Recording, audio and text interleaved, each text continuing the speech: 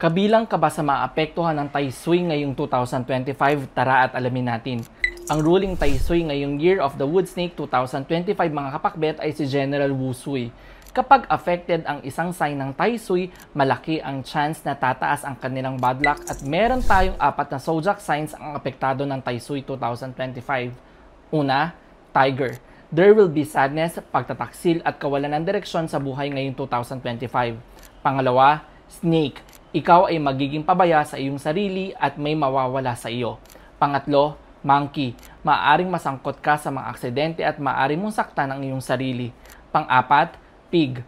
Rush decision makings at maaring mabiktima ng mga scammers. Ngayong 2025, kung apektado ka ng Tai Sui, ang 2025 Tai Sui Metal Card ay isang must-have item para sa inyong mga kapakbet. Ito ang pinakamabisang pangontra laban sa Tai Sui. Para malaman kung meron kang Tiger, Snake, Monkey at Pig sa iyong natal, patsy or life chart, pumunta ka sa link at sundan ito. Enter hour of birth.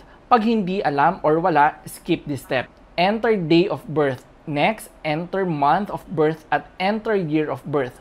Choose male or female. Choose GMT +8 kung pinanganak ka sa Pilipinas. Then click calculate. For example, pinanganak siya ng September 23, 1996. Walang time of birth. Dito makikita mo na meron siyang pig, rooster at rat. Yung pig clash with Tai Sui ay nasa day pillar. So need niya ba gumamit ng Tai Sui card kahit siya ay year of the rat? The answer is yes.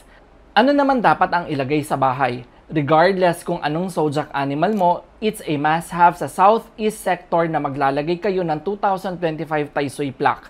Isa pang tip, for southeast sector, it's suitable for major activities but avoid renovation on this area. Sana ay may natutunan kayong bago mula sa amin. Master Michael here, simplifying feng shui for everyone. Michael De Mesa, Feng Shui Extravaganza, Year of the Wood Snake 2025.